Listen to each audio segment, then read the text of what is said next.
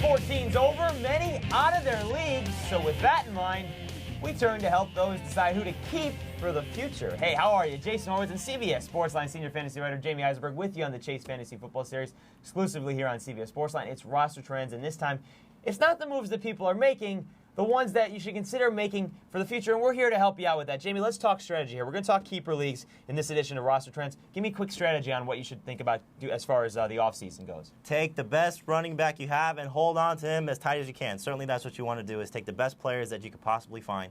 If it's Larry Johnson, LaDainian Tomlinson, those are no-brainers. Certainly if you get a quarterback, obviously each league is different, so it really depends on what you're allowed to keep, how many players.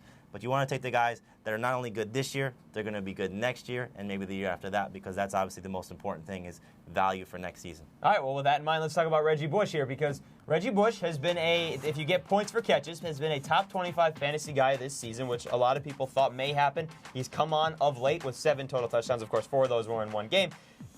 But is he really a no-brainer as a keeper guy? Because if you don't necessarily get points for catches, maybe he's not the no-brainer that some people are thinking as far as a keeper. You're 100% right. He might not necessarily be a no-brainer. Obviously, if you're in a league that rewards for catches, he's going to be a great, great value. He's only going to get better. I mean, certainly they're going to involve him more in the running game.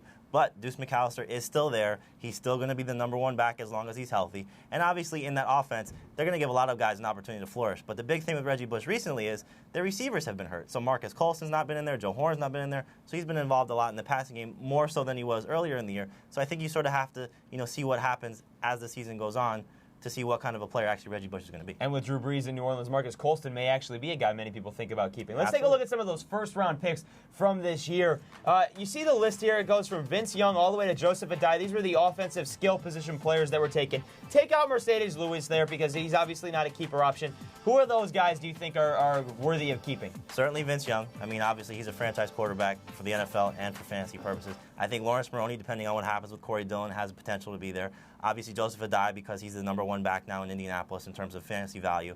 And another guy, not necessarily a first-round pick, but Maurice Jones-Drew. Yep. Certainly he's a guy that you want to hold on to in terms of a keeper situation. Especially with the situation with Fred Taylor, because Fred Taylor always gets injured. He's injured again. We'll have to see if he plays this week. So, all right, let's take a look at some of the guys that were first-round picks last year as far as first-round NFL draft picks. None of them really, if you kept them, have panned out as well as you would have liked. You see Alex Smith all the way down to Mark Clayton. Pretty weak wide receiver class. Braylon Edwards has been okay, but not worthy of keeper. And I'm not really sure, other than maybe Ronnie Brown, you want to keep any of those guys for next year either. All right, let's take a look at some of the guys that Jamey has as guys to keep that for next year that you wouldn't have thought keeping last year. Start with the quarterback. Certainly quarterback-wise, obviously Drew Brees, the year he's having, he's only going to get better. He's talking about the shoulder's not as strong as it could be, so imagine what happens when that shoulder is 100%. Obviously Tony Romo, he's going to be the quarterback there in the future. Who knows what happens with Terrell Owens, but still, he's got, good running game behind him. Obviously, they're going to allow him to throw. He's only going to continue to get better. Otherwise, besides the quarterback, there's some other players, obviously, that have some keeper value. TJ Houshmandzadeh is one, wide receiver.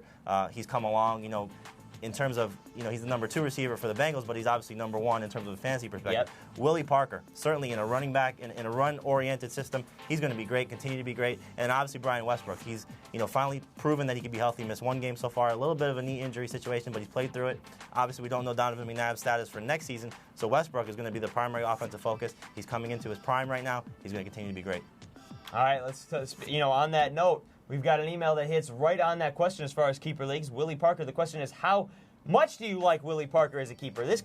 We've gone international, folks. Matthias in Juarez, Mexico says, who should I keep for running back, Willie Parker or Shaun Alexander? Now, that's an interesting question because Shaun Alexander was a no-brainer last year, was injured this year. How much do you like Willie Parker? I like both guys. Certainly, I don't think you could make a wrong decision here because obviously Willie Parker is going to be great. He's going to continue to get better. But in terms of Alexander, he's going to be motivated next year to prove that he's still an elite running back. He obviously is a little bit annoyed that LaDainian Tomlinson has now broken his record. Right. He's trying to still be, show that he's going to get 1,000 yards this year. Imagine what's going to happen next year, especially if they don't get to the Super Bowl, which is his ultimate goal. Obviously, they lost the game last year. So I think you're going to see Alexander be highly motivated next year. He is in that 30 range. He's approaching 30 years old. So that's obviously something you want to be, a little bit afraid of. So either way you go, I think you still have a good option. But I would probably lean towards Willie Parker just because of the more future I potential. thought you were going to take the easy way out and say either one's okay, but you answered the question. All right, real quickly, you gave us the guys that you should keep for next year that wouldn't have been keepers. What about guys that used to be keepers that you don't think you should keep this time around? Well, obviously, let's take a look at Edgerrin James. Certainly, he's the first one,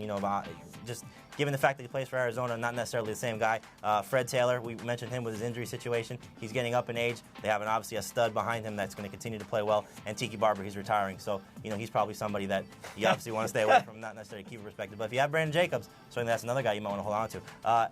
The Raiders. Why would you keep anybody for the Raiders? Certainly Right. Randy Moss. He's got an ankle injury this week. Continues to have a frustrating season. And Lamont Jordan. Obviously, we don't know what's going to happen with him next year.